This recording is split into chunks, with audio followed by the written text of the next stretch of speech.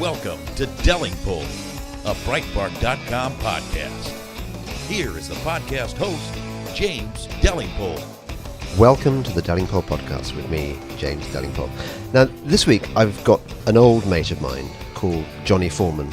And Johnny's father was very, very famous. He's none other than George Foreman, who's responsible for teaching us how to grill meat, is that right? Yes, that's right, something like that, exactly. George Foreman's my very distant cousin, but my father was Carl Foreman, the screenwriter and film producer. What did he write? Remind me. We made things like The Guns of Navarone, which used to be on here every Christmas. Yeah. And High Noon, and he wrote Bridge on the River Kwai and a whole bunch of films like that. He wrote Bridge on the River Kwai. Yeah.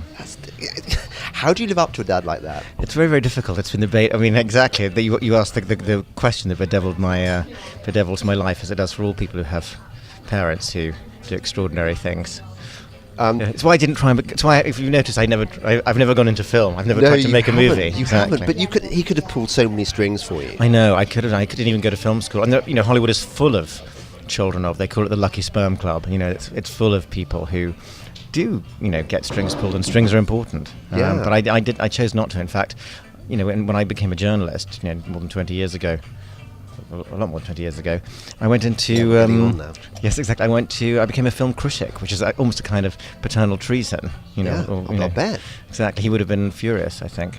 But Carl Foreman was totally American, wasn't he? He was completely American. So you are half American. I am indeed. Yeah. Or even more, maybe. I don't know about your mum. No, my mother's English. So right. Yes. Okay. He came to live in the UK though in the 1950s because he was a blacklisted filmmaker because he'd been a communist in the 1930s. I'd forgotten that, and it's kind of weird because I know that your politics are not exactly communist yourself. Was it a reaction to your dad, or no? My father. Well, when I was growing up, my father had already, made quite a shift. I grew up with, we took the Telegraph and that sort of thing when I was a child. So he was, he'd a long time. He'd left, the thing that alienated the Hitler-Stalin Pact did it for him, basically. That's what, really disillusioned him. Really? Yeah, and after that... So he was red-pilled by the Hitler-Stalin Pact? The Hitler-Stalin Pact was the thing that alienated him from the party. And he was a man of the left for many, many years, right through the 50s. But, when I was growing up, he was old left / moving in a conservative direction. And I've had my period. I was very left-wing as a teenager, actually. I was, Were you? I was, yeah. What was your converting moment? Well, there was very different things. Well, I was converted to for a brief while, Hugh Thomas's book on the Spanish Civil War, which is a masterpiece, converted me to anarchism as a teenager. But I don't know. Well, I guess and I was sort of on the left. But I guess what changed me. Various things over the years, but there's still. But I can still occasionally there's a little Marxist moment pops up in my head. Sometimes the Marxist way of thinking is useful. I think even for a conservative. It's certainly true that some of the best thinkers on the right are former Marxists. Yes, partly because they have a stronger ideological sense. But I think it is important sometimes to see how sort of. Especially in this country, how class can make a big difference. In this country, when people complain about political elites, they are often using a kind of Marxist language, and I think rightly, in many ways. You have seen. I would think there's a very strong argument that a Marxist analysis actually is very applicable to Britain today and possibly the United States, in the sense that we have a different ruling class than we once had. It depends surely on your definition of class, doesn't it? Because I agree, in the broadest sense, there is a class which dominates everything and controls everything. But it's not the aristocracy. It's not the tops. They've been overthrown. The thing is, what's happened is we have Marx got the timing wrong. The bourgeoisie didn't run Victorian Britain. The aristocracy was still, and big landowners and industrialists ran it. But that's key. And industrialists. But today, the aristocracy has been completely overthrown by a particular. By an urban bourgeoisie, the metropolitan sort of media and marketing class. They don't control the means of production in the sense of the solid things that are produced, but you could argue they control cultural production. which is almost more important today. So you do have this, and they are engaged in class warfare, consciously or unconsciously, both against the remnants of the old upper class and against the working class who they really hate.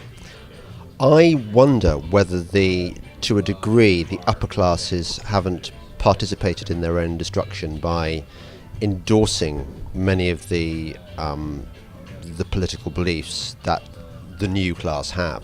Yes. I mean, well, it's hard to draw a hard and fast line between these classes anyway. And there's movement between, of course. But I was just giving you one example. I was at the 4th of June the other day, the Eton, how would you call it? Eton's Sports Day, I suppose, or yes. their Founders Day, whatever. And it's amazing that you can actually admit that in public. But I know. Well, I can because I'm an oik. Yeah. But I was talking to one of the beaks, which is what they call the masters there, and he was telling me that on the day after the morning after Brexit, the result, they had a party that evening to celebrate. And guess how many beaks from Eton came to the Celebrate Brexit party? I've no idea, tell me. I think it was 4. Really? Yeah, 4. So, 4 out of, I don't know how many teachers there are at Eton, but quite a lot. Well, like 100? Yeah, like 100. Yeah. That was probably fairly representative of where they are politically. And I said, look, so who is sound among your colleagues? And this guy said, well, that really is about it. There are probably about five Eton beaks, and the rest I'm sure they're very, very bright, and I'm sure they keep their politics generally out of the classroom. But if that's the people that are teaching our future elite, what hope does it give for the rest of the country? It's a very interesting thing you say, because a friend of mine the other day was giving a talk at Leeds Grammar, which is one of the best schools in the country academically as well. And I guess she gave the talk shortly before Brexit, and one of the things that she found was that, to her surprise, a great many of the staff there were pro-Brexit. Oh, really? Yeah. So we should all be sending our kids to grammar schools? Possibly. I mean, and also, in fact, it's up north. There's a different sense. People who've from the industrial cities, which suffered, thanks to EU rules, of course, would tend to be far more. I think more likely to be sympathetic. Do you feel, as I do, that the Brexit is the great defining issue of whether you're on the right or the wrong side? Like okay, so we had the Civil War, rather, not the English Civil War, because the Civil War was the American Civil War, isn't it? Yes. We call it the Civil War. That in France, for example, you can go to a village even now, and you'll find that the collaborators have a separate boule terrain from the people who were resistants. And really, I find that actually slightly hard to believe, because there would have to be a special miniature boule court for the resistors. But yes, Well, certainly when I spent a brief period living in a village above Montpellier called Saint-Jean-de-Fosse. And even this would have been 20 years ago, but certainly there was a great division within the village. In the same way, I look at those of my friends who have voted Remain and those who are Brexit, and I just think people who voted Brexit are just better people. They've got more backbone. They've got better values. I'm not saying that I hate all the Remainers and that they should all be sent to a camp on Guernsey or whatever, but I do think, where would the camp be? Anyway, yes, Isle of Man. I don't know, but I just know too many people who are right about other things, but disagree on Brexit. I mean, I can't. I just sort of. I think I do think it'll have a big. I think that there will be different. It will echo down the years. Absolutely, I do agree with you on that. I just think. Because there are still resentments that are burning deep, aren't there? Oh, very much so, and it's. I think it played a huge role in the election. I mean, I think it's an enormous. I mean, just as the charge is often made that some of those who voted Brexit did so as a protest vote, never expecting it to happen, and were shocked. There are a lot of people who voted Labour, especially in places like Kensington, to punish, those who voted Brexit.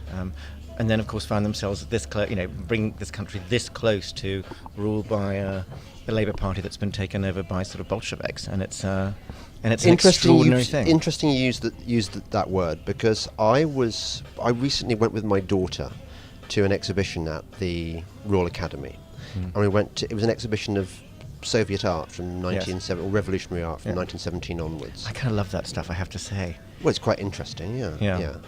I mean, I actually prefer. I know this is a terrible thing. Everyone thinks it's awfully first time, but Stalin and others used to say, it was one of the big shocking things that alienated some people, that Stalin and people around him weren't receptive to modernism and didn't like, weren't keen on abstract expressionism, which they saw as very American, which it was, of course, and they didn't like modernist experimentation in literature, and it's like, they were right.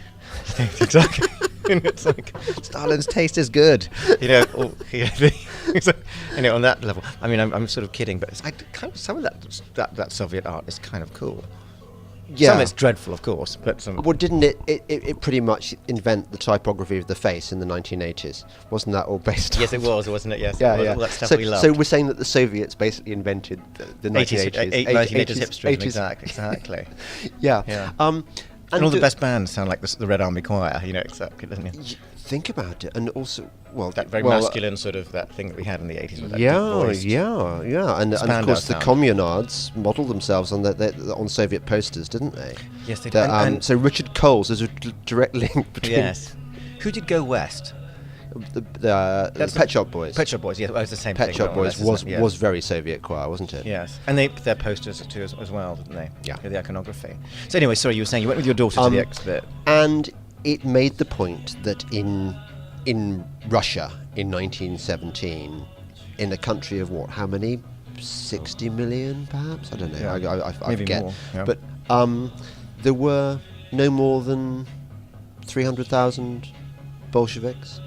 So they really punched above their weight. Well, they were outnumbered even within the Socialist Party. That's what everyone forgets. In the social movement. But do you not think that for us this is kind of stuff we half remember from school? Yes, and it seems very academic, but it's not at all. Whereas for John McDonnell and for Jeremy Corbyn and the people in the heart of the Labour Party right now, this is living history. This is the stuff they care about most, and it's their model.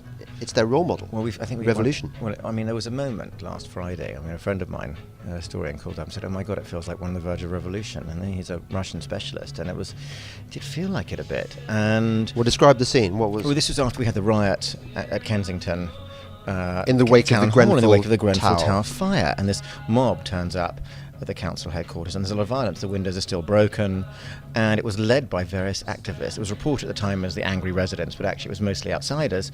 And it was a very hot day. The whole country feels you can feel it in the air, this sense of everything is disturbed and uncertain, unclear result of the election. We can't quite fit it in this exclusive members club where we're recording this in a kind of California-style outdoor courtyard. Yes, but it did feel that way. And the street, the arguments in the streets, and it just felt tense. And suddenly you thought, my God, if there's riots, who knows what could happen? There could be an election, might have to be called, and in which case Corbyn would come in. You suddenly realise that the people who turned up to cause trouble are not stupid people. They realise, they have a sense there are these inflection points in history. Yes. And you move at the right point. You pay attention in the way that no one in the current government is paying attention at all. I mean, it's just, and things can happen. You can change stuff. It's interesting, isn't it, that the thing that's taught in almost every school in the country, almost to the exclusion of everything else, is the rise of the Nazis. And one understands the theory behind this, which is that the Nazis are a lesson from history which we must never repeat.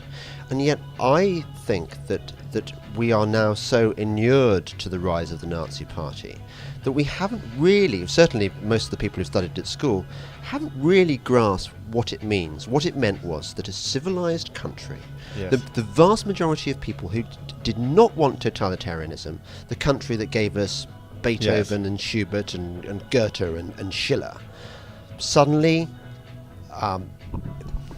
voted into power using a democratic system.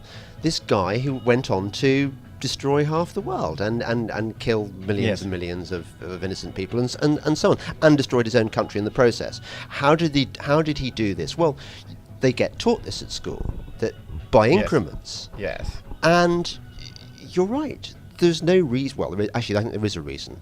The reason that it won't happen in Britain is because we are not as disposed as the Continentals towards revolution. We had our big event in the 17th century. I don't know, because I think we did. And of course, people, as Norman Bavan who was a friend of my father's, used to talk about this. He said people should never forget that the English killed their king. You know what I mean? Very early on. So the potential is there. It takes a lot, but things can happen here. And it's a much more stable country, and hopefully it will stay so. But I don't know. I mean, all you need is. I mean, it should never. It's an astonishing thing that Jeremy Corbyn is leader of the Labour Party. I mean, I think people tend to forget. It's an astonishing thing that this person who was on the outside of his party. I mean, if you asked people 10 years ago, and said, can you imagine Jeremy Corbyn being leader of the Labour Party? No one in the Labour Party would have taken you seriously. They would have gone, that is the most absurd thing you could possibly say. Yes, and I think that absurdity was reflected in the disastrous Tory election campaign, yes, which took it as read that all they had to do was reveal what Corbyn had said on various occasions to show what kind of man people were considering to become Prime Minister, and the electorate would go, well, fuck me, not having that lunatic in. But they didn't expect it. So people didn't really expect him to win because everyone had read in the papers that Tories were going to have a huge majority anyway. Yeah. So there's no need. There's nothing affirmative said by Theresa May. I mean, she's, everyone goes, isn't it great to have in the Tory party these people who have no ideology, who are just pragmatists? Well, they're not really pragmatists. Who said they're just that? People sometimes say that. People do sort of go like, isn't we want pragmatists and leaders, but they're not really pragmatists. They're just selfish, ambitious people. Yes. And I mean, one of the things that I don't really blame Jeremy Corbyn or the hard left of the party for what they're trying, for their near success. I blame the people of the Tory party for their weakness and their failure. And totally. Yeah. In the same way, when we talk about Islam and terrorism and so on, I'm not interested so much in what the Islamists are doing and the roots of terror, because I can't go into the inner city Britain and have any influence on that. But what disgusts me are the people who are making this possible by apologising for it. The people in my culture, my yes, white cisgendered male culture, which is allowing who've undermined the confidence of society, so it can't integrate people properly. Yeah, I mean, and destroyed the sort of the will which you need to run a society that's free and decent and good. I mean, look last week at the Grenfell Tower thing. I mean, it's a sort of anyone who was paying attention, who had any political nous, would have known that this is a tricky time. We've got the government's on a knife edge. Things. This is serious business. This event, this terrible thing, this fire happens. No one turns up, which is an extraordinary thing. It's in the same city, it's the capital city. It's 10 minutes away. None of them, not just Theresa May, but none of them. Boris, none of them bother. They're all so busy, sort of trying to compete for places in the cabinet, thinking who's going to be the leader. And you know what? They're right. The people who criticize them are absolutely right. They don't deserve to be running the country. They are hopeless. These people, they don't. And in the vacuum that they allow, what happens? Not only does Jeremy turn up, but a whole bunch of extremists come up and make political capital. By the time May turns up, the stories are already out there. They've lost control of the narrative because they're in their little bubble. They're just not good enough. And they managed to create the dominant narrative, and they are all about narratives. Yeah. The narrative became this tower block fire, these people died because austerity. Yes, and also everyone forgets. I mean, again, I'm going to sound really Marxist now. Yeah. In that sense, your red colours are coming. This is blue Marxism, or whatever you want to call it. Tower blocks themselves are a horror. Tower blocks represent, this is going to sound really Marxist, middle class, bourgeois, progressive class warfare against the working class. You can argue, and I probably would, that there's just as the fox hunting ban was a sort of effort to sort of humiliate and demonstrate sort of middle class power over the old ruling class. What happened after 1945 in Britain looked like, a progressive socialist sort of agenda, and was in some ways, but at the same time, what happened to the white working classes in this country, the majority of the working class? Yeah. They were rehoused in what is essentially vertical reservations, Yes. which destroyed them culturally and politically at the same time. It took people away from the neighborhoods where they lived, where they spoke to each other, where they had their traditions. You stick them in these tall, horrible, ugly buildings where no one can talk to anyone else. You break down the power of the family there. Then you loosen the drug laws and things. It doesn't mean rich people can become addicted, and it doesn't matter because they get sent off to some fancy place to get fixed. The poor are screwed. Yes. So they break them, they move them, they then undercut them economically by bringing in large numbers of by enormous cheap labour from abroad, so they lose their economic power. By the time you get to the 1980s, these people are it's a sort of shattered class that isn't available. And also, they had extra reason to bring in even more people in the 90s, you could argue. This is the sort of Blairite mass immigration, because they were so furious with the remnants of the white working class for voting for Thatcher, so they were then punished. Yes. And so that's what you see. So this conservative, slightly conservative, in some ways, working class is then destroyed. Yes. By the middle class. And that political class, would you define them any more narrowly than that, or is it just the political class? Well, I think it's people who saw themselves as progressive. There's a kind of, and there's a Europhile element in that as well, because I mean, there's always been in Britain, I think, or not always, in the last 100 years, a significant section of the sort of political elite that hates democracy. You know what I mean? And yes. You see it. They sympathised with the Nazis. They sympathised with the communists. They worked for the Nazis or the communists. We've had that little treacherous thing. People who believed, like those characters in John le Carré spy novels, that like, oh, this is ghastly and American. You know, some horrible chav has the same vote as I do. This is an awful system. I would rather than let these ghastly people run this country, you know, because they're not differential enough anymore, I'd rather have the Nazis rule, or I'd rather have the Soviets rule, or I'd rather have a Eurocrat rule. You're talking about the liberal elite. Yes. What Martin Durkin calls the new class. Yeah. They're the same people. Yes, exactly. I was talking interestingly to Christopher Booker because Booker campaigned against these high-rises when they were first being built, and successfully to some degree. And he went on a bicycle round all the areas of London which were about to be erased, the streets that you describe where working class people and lived. children played in the street and they were safe. I mean, you can idealise it too much, and they didn't have indoor toilet plumbing and stuff, but they lost something that's actually more important than indoor plumbing. They lost community. But this, ultimately, we can blame Le Corbusier for this. Yes, it was Corbusier, but also the fashion. I mean, it's just like, you know, you see this in France and in Britain. The people who design those buildings and who think they're really great and go on about how wonderful they are never live in them. Well, they're fascists, basically. They like grand schemes for the... Yeah. But other people pay the price for their experiments. Yes.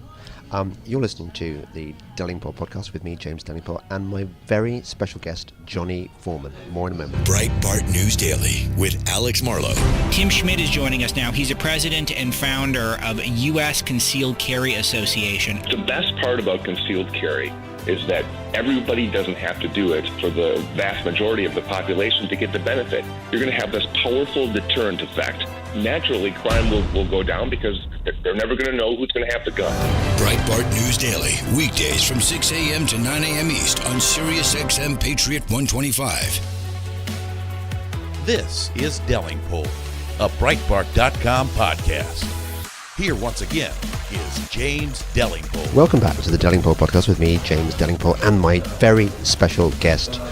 His real name's Jonathan Foreman. That's his byline. I think he wants to stress that in case you want to give him some work. Yes. And he really is a tip-top journalist. It's interesting what you were saying about your Marxist analysis of what's wrong with Britain. And I think that we talked about how some of the soundest people in conservatism actually are ex-Marxists. But I think also of the ex-revolutionary Marxists, people like Brendan O'Neill. Yes. I mean, people make fun of them and are very suspicious of them, those guys, but some of them are absolutely brilliant. That's Brendan O'Neill is like the most important spokesperson for sort of freedom of speech and opinion in this country. I think he's extraordinary. Can I just say that was a bit gay? Was it? Spokesperson. I know, God, it's amazing, isn't it? I've actually it's amazing. We all pick up the lingo, don't I we? would never say spokesman. You say spokesman. I mean, it could be a female spokesman. And do you know what else? I don't say firefighter. I say fireman. And if there was a woman in the kit, I would say firewoman. Firewoman. I don't like gender neutral. I think actor and actress is fine too. There are things I'd like about it. People should make it different. You know. Hero and heroine. Yeah, obviously. A writer is just a writer, of course. A waitress. Authoress. And authoress sounds ridiculous. I know it's a difficult one, isn't it? I mean, I think somehow I hate chair is worse. I'd rather have a chairwoman and a chairman than a chair. I hate chair. Where are you on partner? God, it's a really difficult one because whenever someone says meet my partner, you're saying like, oh really, what work do you do together? I mean, it just seems so awful. It's like the least romantic, unsexiest, grimmest thing. So what do you say to people when I think our English is a bit impoverished in that way, isn't it? We don't have good words for someone who's more than a girlfriend or a boyfriend, but you're not married to them. You're long term. It's very difficult. We need better words for that, I think. We really do. Yeah, we do. So what were we talking about before? Oh, class and things, and Grenfell Tower, and Brexit and stuff. Tell me the interesting thing you were going to tell me.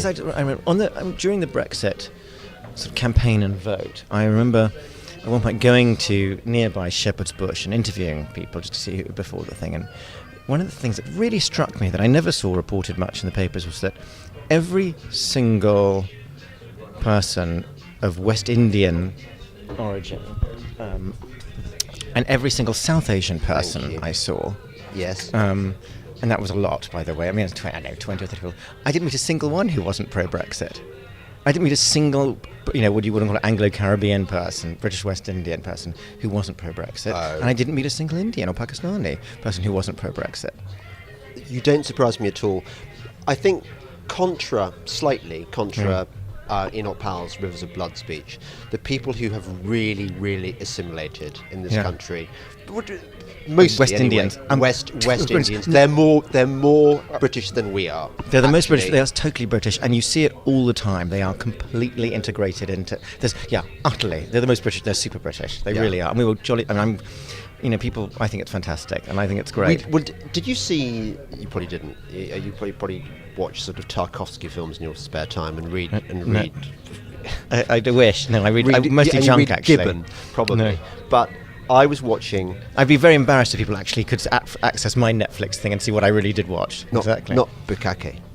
No, Netflix. Sorry. Yeah, exactly. Sorry. You have to explain to your viewers what that means. No, I won't. But who's that American lefty who was exposed watching Bukake recently? I don't know. I always think people should be. He had a photograph of himself, and somebody noticed that his screen had an address to a well-known. Anyway, no, I think it's very sad. I was watching Wife Swap Brexit Special Edition. That exists? Yeah, it does. Okay. And it was a couple. On the one hand, you had a couple on a Canvey Island housing estate with the Cross of St George bunting outside their house, and then the Salt of the Earth. And on the other, you had a kind of a gentleman farmer who spoke with an accent like Mellors. It was a Nottinghamshire farmer, but he dressed like something out of that catalogue where all the clothes are linen and sort of. Bowden's? No, smarter than Bowden's. I forget the name of it. It's people like Monty Dom, the gardener, the posh gardener, wear this stuff, and he looked like Brian Ferry, and he was married to, or probably had a partner rather, who was a Green councillor, and she was German, and she was a psychotherapist, and I don't know where I'm going with this one. The different personalities of the stereotypical Brexiteers and the stereotypical Remainers, and the Brexiteers are the roast beef of old England. They are merry England. They are including the West Indians, and also totally. And the South Asians too. Because I mean, as I was quite clear from talking to them, is there they are hearing people like Simon Sharma or whatever going on about we are Europeans, we are European culture. Now say you are a Briton whose parents come from the subcontinent or from the West Indies. What does that say to you? What is the subliminal message there? And also the idea that if we do Brexit, we're closing ourselves off to the world. Well, that's for people who think the world is continental Europe. It really is. Foreman. Foreman. Just important Bill moment here. Yes, but that's how these work. My second flat white. Yeah. No, I know the point I was trying to get to, which is that there was an awkward dinner party arranged by the German Hausfrau, and she invited all her lefty greeny friends, Remainer friends along, and they harangued this poor working class white Brexiteer woman, basically telling her that she was racist, that anyone who voted Brexit was racist. But actually, there's nothing racist in the sense of judging people by their skin colour. On the contrary, we don't mind black people and Asian people, South Asians as you call them, just so long as they get into things like fish and chips and our national dish chicken tikka masala and stuff. As long as they support us during the cricket.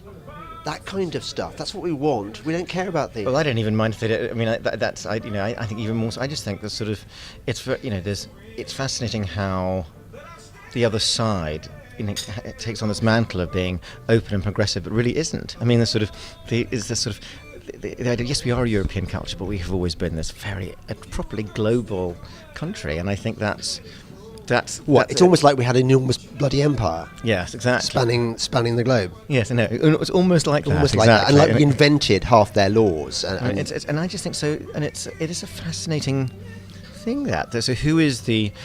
Partly it's like people defining themselves, isn't it? I know so many people who embraced open borders or the EU as a way of defining themselves as better than the people who don't. It's like this.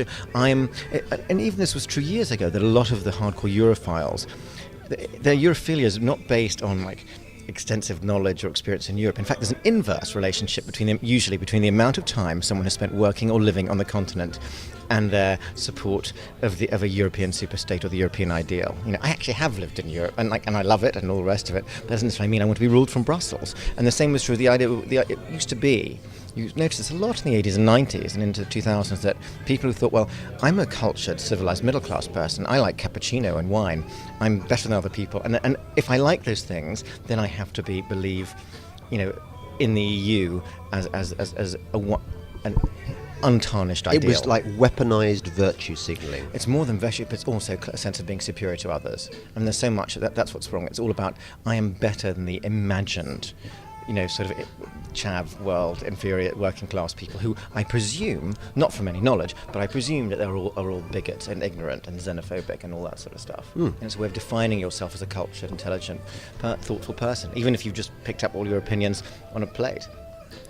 Yeah, it's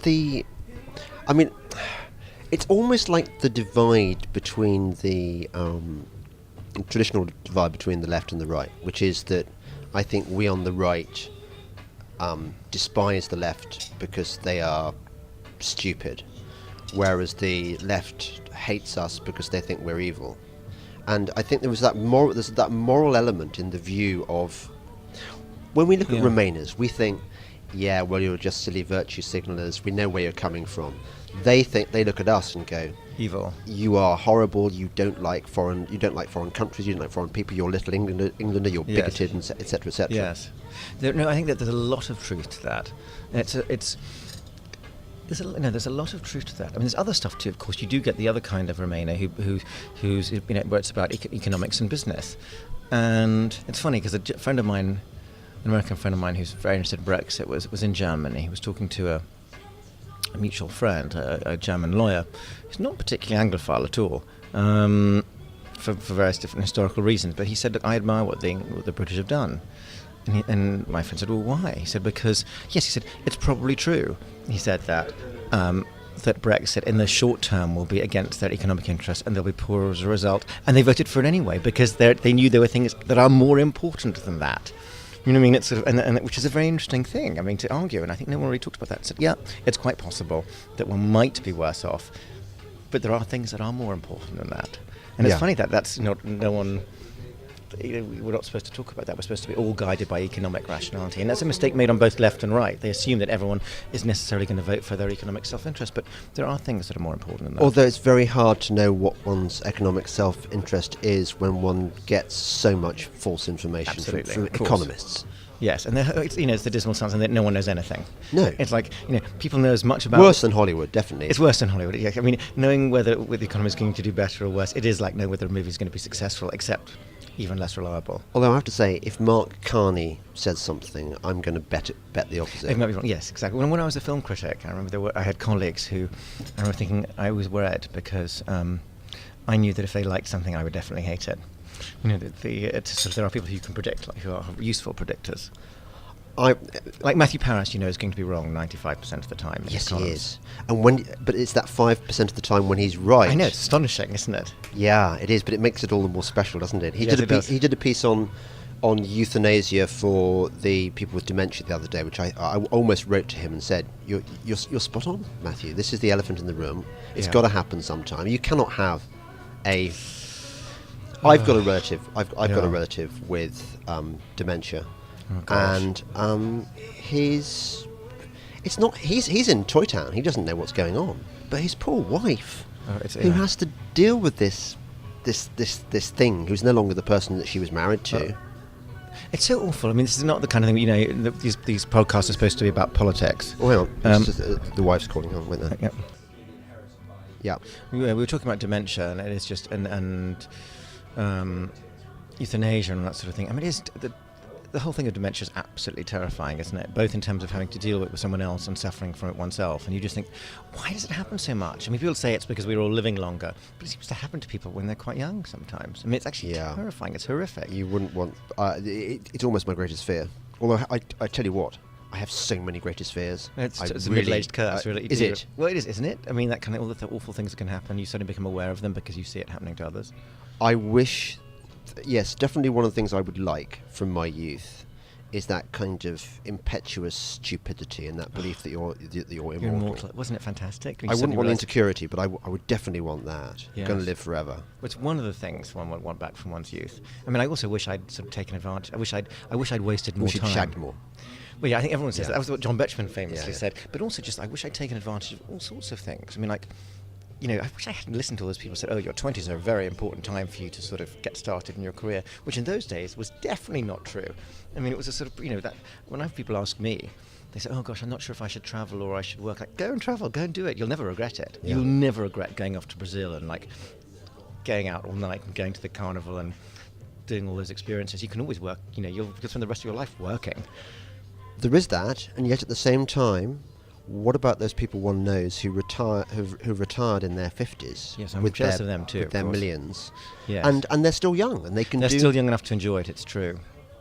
I think whichever decision you make, it's going to be the wrong one. You're going to regret it. But how many people very few people get to retire in their 50s? It's still tiny. You happen to know them because of schooling and education and all that other stuff. Yeah, the circles which we move in. You're right, absolutely. I mean, I guess there are quite a few. They don't seem that happy, the ones who are retired in their 50s, do they? Because it's still not the same thing. I mean, if you were 25, living, maybe you're in some sort of shithole, hotel in Bangkok or wherever it is at 25, but you're 25. It's fantastic. Your back doesn't hurt. You can do whatever you like. I have a relative who is rich enough to retire in his 30s, and I know he's not going to retire even in his 50s because the thing he enjoys is the business of making business. Yeah, of creating a company. Yes. That's his novel. That's his magnum opus. Well, it is a creative thing. I think that stuff, and people are very totally. God, don't you wish that? Actually, yes, I do. I get told off sometimes by people saying, "I wish you'd stop whinging," because do you know this is the awful thing. People think that you and I are successes. Most of them. Isn't that scary? Who thinks of themselves as very successful? I mean, it's an interesting question. It depends on what your dreams were or are, doesn't it? Or who you compare yourself to, that's why the comparison thing is so dangerous, isn't it? It's certainly true that I look at my contemporaries. Yeah, who do you use? Because you do often Oxford complain and stuff, and you think. And I think, well, okay, the obvious one is David Cameron. David Cameron must look at himself and think, okay, so I was Prime Minister of Britain, but I was one of the worst. Well, he would if he's any honesty. George Osborne, he wasn't a contemporary, but I just thought I'd mention him to say how shit he is. Who else is there? I mean, Boris. He's a contemporary of yours, isn't Boris, he? yeah. I was one of the very few people who was genuinely friends with both Boris and Dave at Oxford. Yes. And do you ever bump into Dave? No. I think it would be awful. I think it would be a sort of sticky moment for both of us. Yes. When I was a film critic, I used to occasionally bump into actors that I absolutely. You want to bump into the ones you've praised. Yes, you do. But you hardly ever happens. In New York, there was one actor I used to bump into all the time who was the actor? Ethan Hawke, and I'd been so rude about him, again and again. It was just awful. I used to meet him and his wife, Uma Thurman, who I'd been very nice about. She'd be very friendly, and he would look at me, and I actually did feel bad. I know somebody who shagged Uma Thurman. I know somebody who went out with her. Can you say this on the radio? Can you imagine? I think so. Yeah. I'm not sure. I never know what the... I mean, I noticed I dropped a few F-bombs earlier on. I generally don't, because I'm not sure what the rules are, but she is fabulous. Yeah. Who would be the modern equivalent of who was the one who was the voice in that robot thing? In which thing? She Girl with the Pearl Earring, that one. Scarlett Johansson. Scarlett Johansson is unbelievable. Yes, she's every man's dream. Well, apparently, I mean, I don't know if I'm allowed to say this, but apparently she's quite free with her favours. You mean like Grace Kelly? Well, no one like Grace Kelly, of course, was the famous one. It was the Ice Maiden who actually really did Really set did with put everyone. out. I know, really put out, and it's like a fantasy, isn't it? It is, isn't it? Unless you were obviously married to her, in which case it would not be. But yeah, for everyone else. I got accused by my previous guest, Isabel Oakeshott, of talking far too much about sex, as though there was something abnormal about it. I don't think I do talk much about sex. I mean, isn't it what men do when we talk about stuff? We do a lot, isn't it? I mean, it depends on the bits you're talking about. Like, you're not talking about. Because women talk about sex a lot too. They both all the time, of course. So that's very sort of hypocritical. I mean, you listen to the women. Do you listen to Women's Hour on Radio 4? I so hate Women's Hour. Do you really? I actually rather like it. If I'm driving, when I go riding, it coincides with the time when I'm driving off to go riding. So I have to listen to it because I like talk radio generally rather than. It's brilliantly done because it goes from very, very serious, depressing things to sort of completely superficial things, and they handle it in a brilliant way, so it isn't jarring, and it's very well done, I think. And there are times when it's just sort of tiresome and politically correct, but there are other times when it's just sort of brilliant. But of course, when they talk about sex, it's mostly about problems. You know what I mean? It's like and bad stuff, about when sex goes wrong, which of course we all think about and we talk about too, and sort of, question, and it's something that matters. I think one of the things about becoming older is that you sort of realise is that. And the great thing about being in your 20s is you have so much sort of juice in you that you fancy more people. You can have sex with people you wouldn't even fancy that much. You could, and that's one of the huge differences. And do you miss that? I sort of miss that. Yes.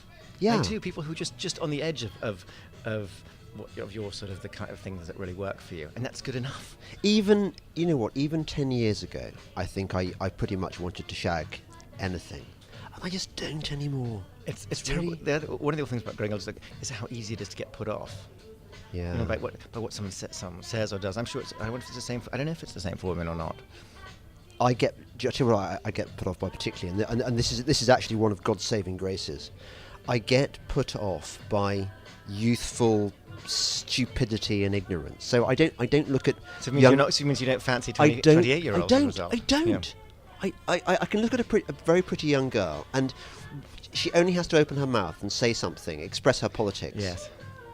And that's it. It's great, in a way, isn't it? It means it removes tons of stress from your life. There's a series on TV at the moment. I don't know whether you've trash TV called Love Island, which is basically about eight young men and 8 young women, and they spend their whole time in bikinis and shorts, and the men sort of are all buff and they work out, and they all share beds. They have to they become couples, and they're often sort of peeling off and shagging each other. And if you're not part of a couple, you get thrown off the program. But anyway, there's only one vaguely middle class girl on the program, and apparently she's an old flame of Prince Harry's, allegedly. And you think, well, she'd be sort of all right. And then there was a scene where she's discussing. Sexual politics comes into it, and she's got a very thick boyfriend, and she starts talking about how feminism is really important because of the terrible injustice in society, and he says, well, like what injustice? And she can't really put her finger on it, but she's really, really cross with him that she doesn't share the official position that there's a serious sexual imbalance, and she says, well, look at all the men in positions of power, and he says, well, the Prime Minister's a woman, and the monarch. She has the monarch, and she has no answer to it. She just gets cross, really, really cross. And I was thinking, even if I fancied you, which I don't, by the way, your politics would put me off. It's a terrible thing, isn't it? I mean, when I look back at these things that put one off, I remember when I was living in New York, and my what I did for like your 15 shagging years. days. But I remember I was there. I was a lawyer and a journalist and stuff. And I remember there was a friend of mine. When the days when we went to bars and clubbing and all that stuff, and he had this sort of being a good-looking guy, he had an amazing advantage, which was an incredibly high boredom threshold. I bet the girls love that. It was fantastic, but it meant that he could go to bars where you couldn't even hear someone speak because the music was so loud, and you'd be making an inane conversation with someone for hours, which you had to do. It was like the price you had to pay, and he didn't mind. He could just do it, and then so he'd go home with these fabulous girls, and the rest of Seabag and me would be there going like. You mean he could listen to their wittering? Yeah, and also just take part in it. Though he could also talk about rubbish, really boring stuff, and didn't mind. And it was almost slightly insulting because you think, well, hold on a minute, you're friends with us too, but yet you also don't mind talking to these very boring boys. Sometimes you have to talk to the boys as well. He could just do it. He had this ability to put up with boredom, which is, it's important. You're listening to the Delingpole podcast with me, James Delingpole, and my very special guest, Jonathan Foreman. More in a moment. Check out the official Breitbart store today. Store.breitbart.com is the home for the brand new official Breitbart store. Head there now for products for women and men, like t-shirts, baseball tees, tank tops, hoodies, and hats, or an unapologetically American belt buckle. Store.breitbart.com has these items and many more. So get your gear now at store.breitbart.com. This is Delingpole, a Breitbart.com podcast. Here once again is James Delingpole. Welcome back to the Delingpole podcast with me, James Delingpole, and my very special guest, Jonathan Foreman. Johnny, given that you were a film critic once, and do you know what? I was a film critic once as well. I knew you were a music critic. I didn't know you were a film critic too. And you're a TV critic now still, yeah, of course. Yeah, I am. I criticise. We have to talk about Game of Thrones at some point. Can criticise anything. Yeah. I was watching, by chance, last night, about a boy. Oh, yes. With Hugh Grant looking much, much younger and adopting a rare fake common accent. And Mockney. He was speaking Mockney, yeah, wasn't he? and Nicholas Hoult,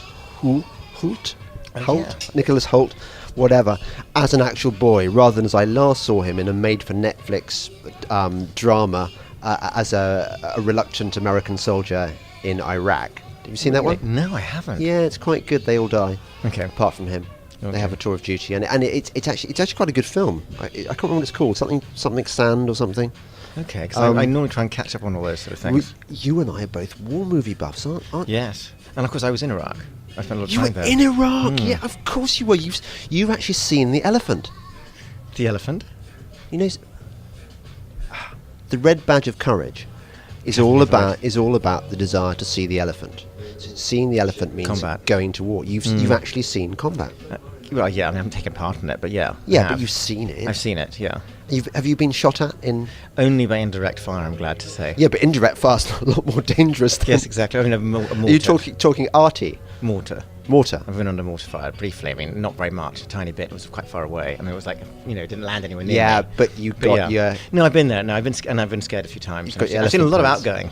A lot of outgoing. Yeah, exactly. Who were you embedded with? I was embedded with the US Army several times in Iraq, and in the whole invasion with units attached to the 3rd Infantry Division, and then again with the same units, which was a armour battalion again in Iraq 2 years later, but also went to Basra with the Coldstream Guards briefly, and other stuff in Afghanistan. Which too. was the scariest? Oh, during the invasion, the scariest thing actually was not in the sort of when the little, but was not when the bullets were flying, as it were. It was a moment just before, a few days before Baghdad fell, when we were stopped, the unit I was with, and so waiting for something, and we'd been told again and again that we would be, that it was like 90% certain that we'd be attacked with poison gas.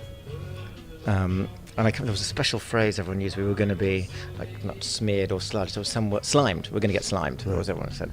And so they took all the gas mask stuff very seriously. And when we captured prisoners, they always said, "We don't have any." They all had gas masks too. And the Americans didn't have gas. Said, "Oh, we don't have any, but you're going to get it." And it was always expected to happen within about 50 miles of Baghdad. And we were within that thing. And one night, we were all sitting around And I was living in an armoured personnel carrier, and we had our sort of cots outside it. And suddenly there was this hooting going on from some of the trucks. Beep, beep, beep. And then it got louder and louder, and suddenly it was like beep, beep, beep, and people were shouting, gas, gas, gas! Oh my God. I can't tell you, it was like, everyone dived. We got a bit careless about our gas masks at that point. Everyone reached for them. Some people were reached for the same one on the bench. We zipped it. We were still wearing the suits in those days. Put it on, and of course putting it on for the first time, thinking it's gonna, you're trained with it, but you suddenly think, oh my God, I've got a leak, and you're thinking about what it's like to, sarin. It's gonna blister your, it's a blister agent. It's gonna blister your throat. The agony. It's a terrible way to go, and it was absolutely. It took a while before the sensors went on to prove that there was no gas attack, but the sensors had gone off on one of the things, and so the whole battalion thought we were under a gas attack, and that was much more frightening than any of the other stuff that I saw. Do you think it's irrational in a way, isn't it? I mean, it's sort of, the other stuff's horrifying. There are many horrible ways to be killed, but something about gas, about breathing in stuff, that the thing you do so naturally, and then it's going to burn you up from the inside, and your skin is going to bubble. I mean, there's something horrifying about that. There really is. Yeah, definitely.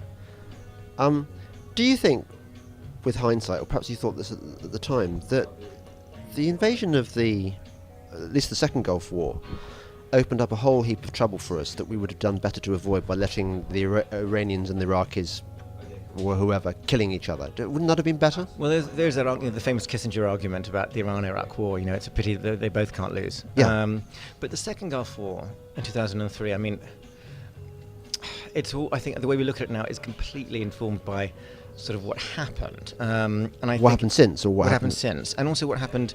The initial difficulties, and then the fact that we pulled out of. I mean, things could have been so different if Obama hadn't pulled the troops out, hadn't deliberately undone the success of the surge, we'd be speaking about it all very differently. There would be no. You think it's all down to Obama? I do think so, because it could still have been okay at that point. It would still have been a very expensive operation, but it would have been.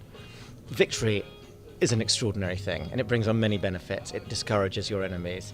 Defeat has exactly the opposite effect. And if we hadn't pulled out, there would be no ISIS. And you can pull that back. Yes, if we hadn't gone in 2003, there might not be any ISIS, but you can do that forever. But I think it would have been the whole story. But ISIS was born in that vast American POW camp, where in the prison supposedly, but where al-Baghdadi was used as a trustee by the Americans. Yes, I mean that's where the organisation happened. But you've got to remember who are ISIS. It's made up of Sunni. It's entirely Sunni, a ton of ex-Baathists and people who've been part of the so-called resistance, and Al-Qaeda people together. That's who ISIS is. So it's the sort of the undefeated, some of the tribes from the north, and a lot of people who are in Saddam's armies, and that's who they are. That's why they can fight so well. So you mean it's a bit like the Taliban? We think of the Taliban and ISIS as discrete organisations, but actually they're a ragbag of people attracted for different reasons. And made up, absolutely. And they've got their sort of core elements, but that's who. The core of ISIS is these very, very capable Iraqi people who've been fighting since 2003. Ex-Baathists, ex-military. They're all their leaders are not for Baghdadi, but all of the people. The core of them are these ex-soldiers from the Iraqi army. So you mean if we'd given a pay packet and a sense of purpose to all these Iraqis, and if we'd killed off more of their so-called resistance too when they did start fighting, we should have. If we'd been more ruthless. By we, do you mean that? I mean, well, for instance, I think Fallujah was a big turning point. I mean, there are many what ifs. If we'd come right from the beginning, if the Turks had allowed the Americans another division to come from the north, and then the northern tribes would have seen how strong we were and been properly defeated, then there probably wouldn't have been the same resistance. But then you have when Fallujah breaks out, and the Marines are crushing the resistance there, and then because of the news reports from Al Jazeera and others, and pressure from Tony Blair, they stop the campaign because they go, this is terrible, civilians are going to be killed. But there were no civilians left in Fallujah when the Marines went in. There were hardly any even then, and then when the second Fallujah, even fewer.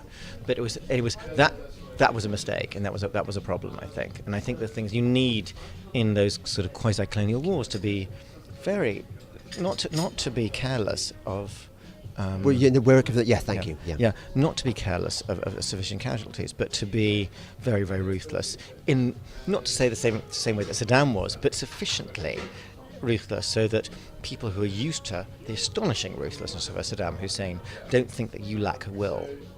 Right. Yes. Because that's which is purely seen as weakness. And it is weakness. There's no tradition, modern tradition anyway, anywhere in the Middle East of showing mercy or using restraint as a way of showing strength. So when the British were ambassador saying, "Oh, we're look, everyone's going to admire our restraint," no, they're not. They just think you're not up to it. You may have the weapons, but you're not up to using them.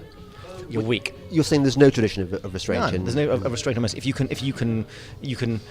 can crush people, you do. Are there not some examples about Saladin showing mercy? Oh no, it's no modern one. There I see. There are. Saladin did it all the time. Saladin was very civilized, compared to he was one of the us. Crusaders.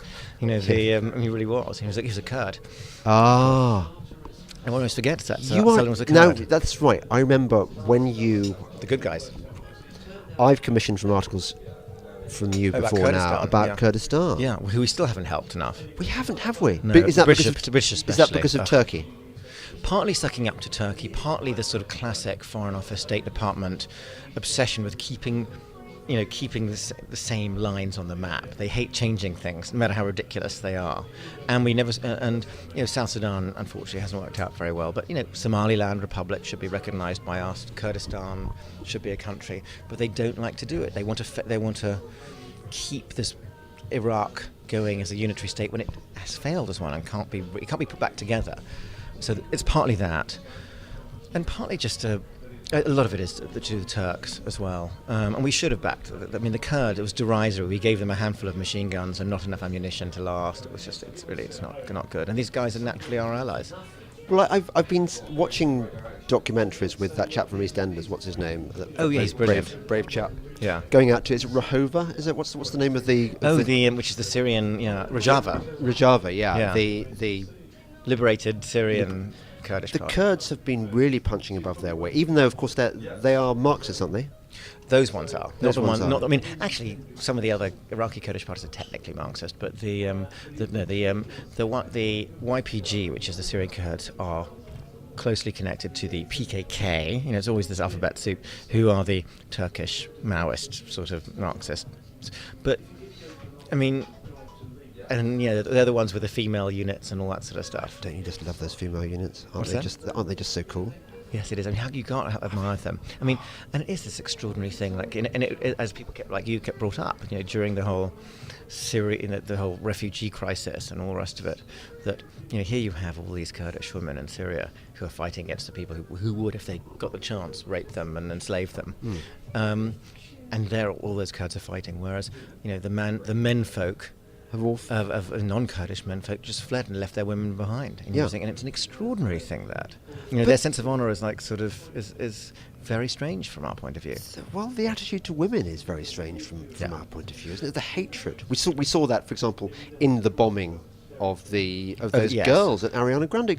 But I think until that point, I didn't think people had realised quite how violently misogynistic they are. Quite a lot of time, as well as in the Middle East, I was based as a journalist for a long time in India and ran a magazine in Bombay and was a foreign correspondent based in Delhi and loved it.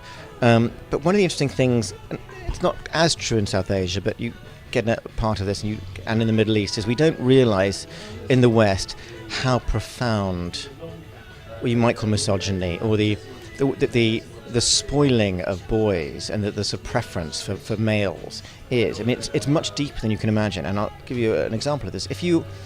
If you are in an Indian airport or a Middle Eastern airport, or Pakistan, anywhere in South Asia, but certainly anywhere in the Arab world, and it's 3 a.m. and you've just arrived, and there are crying babies or crying children, if you look at those children, you will see that without exception, the crying child, the 4-year-old or 3-year-old, is male. And the girls are silent. And the reason for that is the girls don't cry because there's no point. The boy, on the other hand, is a little prince. And all the relatives come over, stroking them and often carrying them like big, fat 5-year-olds being carried like little babies, and everyone cares about them. The girl is just there. No, they never cry. Oh my goodness. I mean, it took years for I said, I thought it was the strange thing. The crying child is male. endlessly. They get so much attention, and you see it going through adolescence onwards. All the attention, all the effort. The girls they're so unimportant, so unwanted.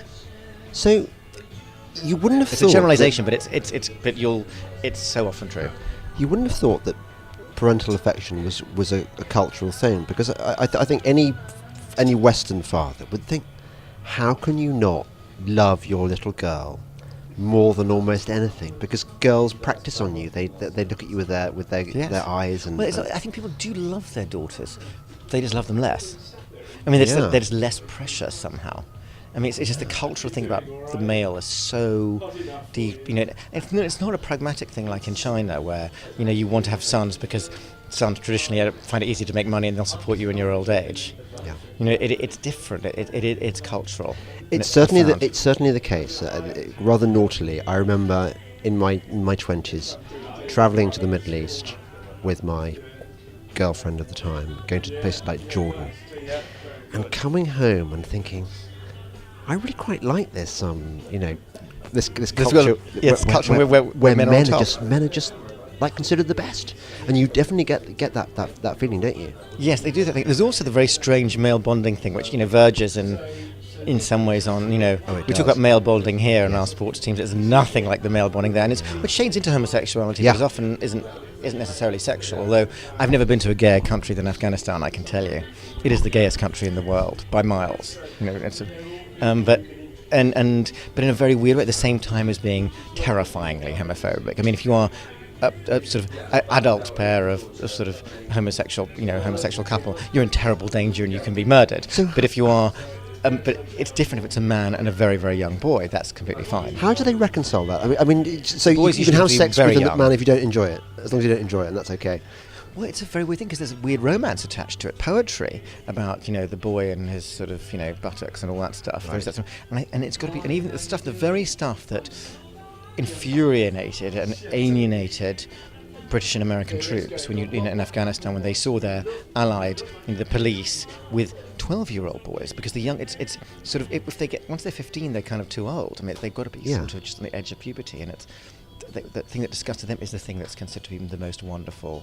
It's a bit like the ancient Greeks, to be fair, isn't it? It's the same kind of romance. Yeah. And it's very, very weird. But it's Alexander's legacy.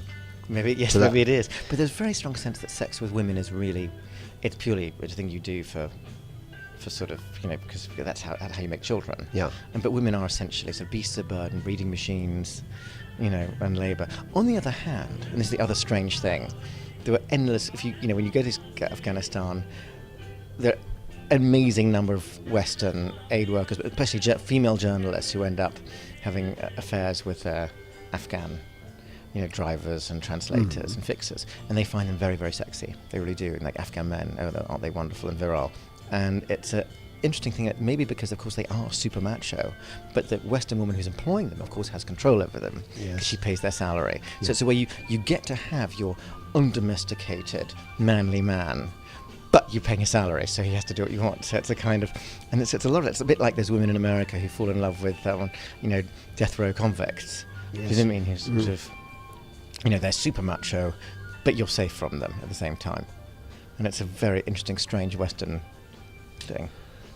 You actually have been such a dream guest. I think we're going to have you back because there was loads and loads of stuff I wanted to talk to you about that we haven't even touched on. And because of where we've gone so far, I wanted you to give me your thoughts on the mess that is Syria. Oh gosh, it is such. I mean, it's I don't have it like everyone else. I don't have any sort of solution. It is sort of we have these. I do think again it's a place of terrible, unforgivable lost opportunities. I've met a lot of Syrian sort of exiles and Syrian dissidents and rebels over the years. I go to this thing every year called the Oslo Freedom Forum, which you should definitely go to. I so should. They should so invite me. They should so invite you and pay for your way. Yeah. Because Norway's very expensive. And I met a lot of the people there, and they all said, look, Assad is the problem. And if he'd been properly put in his box to begin with... Is that right? Because I hear this from all my neocon friends, and I always thought, Assad, strong man, a bastard, but kind of our bastard. Is that wrong? He wasn't really. He never was our bastard, and he really is now a sort of wholly owned subsidiary of Tehran, in this sort of weird sheer crescent they're constructing in the Middle East. And there was Syria is a relatively modern country, and it did have the capacity of all the Arab countries, I think, of being a sort of civilized post-dictator place with a reasonable government, and that has been shattered because, in the usual way, he and his allies went for the sort of moderates and the Democrats and the secular, and they really did get wiped out. I mean, and he went for them, and so did the Al-Qaeda people. So the middle bit, the bit that would have formed a decent Syria, was destroyed. Well, it's a bit like the peace process in Northern Ireland, isn't it? The centrists were marginalised. Yes. And now I don't know. terrorists. I think Syria will just have to be partitioned. It's an artificial creation in the first place. And the question is, how is it going to work, and who's it going to be? There's going to be this sort of Alawite rump along the coast, which will be backed up by the Russians, who want their naval base there and all the rest of it. And the Iranians will probably be part of that. And there'll be the sort of Sunni areas as well. Sunnistan, the question is it going to be ruled by Al-Qaeda and its allies or ISIS? And there'll be a sort of Kurdish area, which may or may not end up linking up with Iraqi Kurdistan. Yeah. Well, the Turks aren't going to let that happen, are they? It's going to get harder for the Turks to stop it. I mean, the Turks can't actually make war with both the Syrian and the Iraqi Kurds, I think. I mean, they could, but at great cost. And the Turks, you've got to remember, they've got to be a little careful with the Turks these days. I mean, they've done it before, but there are probably 20 to 25 million Kurds in Turkey. It would risk civil war in Turkey itself.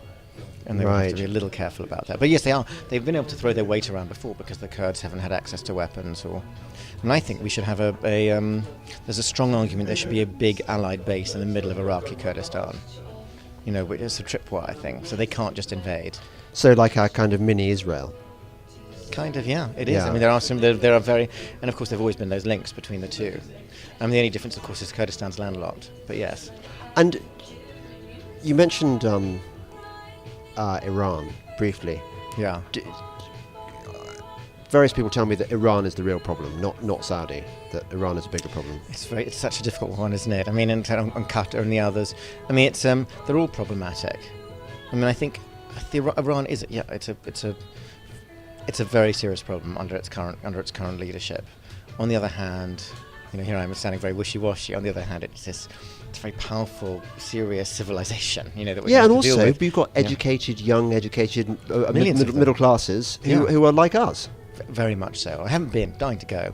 And I think, and you do have that. You know what I mean? And it's sort of so, it's very hard to tell. But the serious stuff, it is such a terrible mess. I just do think we need to. Stabilising it, though, is in everyone's interest. At this, or everyone in the West anyway. It's in our interest to do it. And I think we're going to have to do something about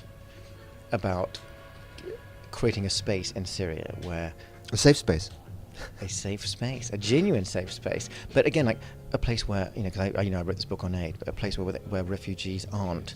The model we have for refugees is so wrong. What we basically have to do is allow people to work and have dignity, which we don't do.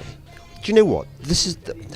I can see setting up now a whole other podcast. We've used up our 3 sections Right. now, and you've been brilliant. Thank and you. we've been nicely digressive. And Yeah. you've done the thing that I always want my podcast to be, which is basically conversations, and they skitter around all over the shop like conversations. We didn't, for example, develop the point that I was trying to develop at the beginning of this section, which was about a boy and about how London has changed and how that was a golden era before the shit hit the fan and how depressing it is now. How long ago was that, by the way? Doesn't seem that long ago to me, hopefully. That's about About About a a Boy's about 15 years ago. God, is it really? And everything's God. changed since then. Yeah. But we can talk about this another Yeah. time. We can talk about more about films. We can talk about your field of expertise, for goodness sake, which is aid and the failures thereof. We can talk about And so also much about stuff. about how London has changed. I mean, when I think about it as of our age, I mean, I'm old enough just to remember. I just remember the world with rag and bone men, Yeah. milk floats, this Steptoe funny and old Son. world that used to exist.